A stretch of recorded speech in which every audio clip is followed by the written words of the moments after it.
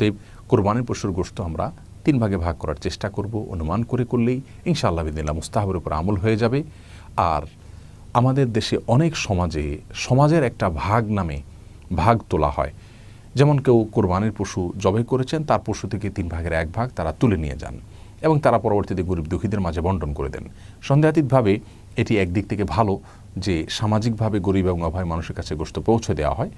কিন্তু এর আরেকটা খারাপ দিক হলো, যিনি কোরবানি করেছেন তিনি হয়তো তার পরিচিত কোনো গরিবকে দিবেন, অথবা তিনি হয়তো গরিবকে এখন দিবেন না, ফ্রিজে রেখে পরবর্তীতে দিবেন, খাওয়াবেন, অথবা গরিবকে 3 ভাগের 1 ভাগ পুরোপুরি দিবেন না, যেহেতু ইসলাম তাকে স্বাধীনতা দিয়েছে।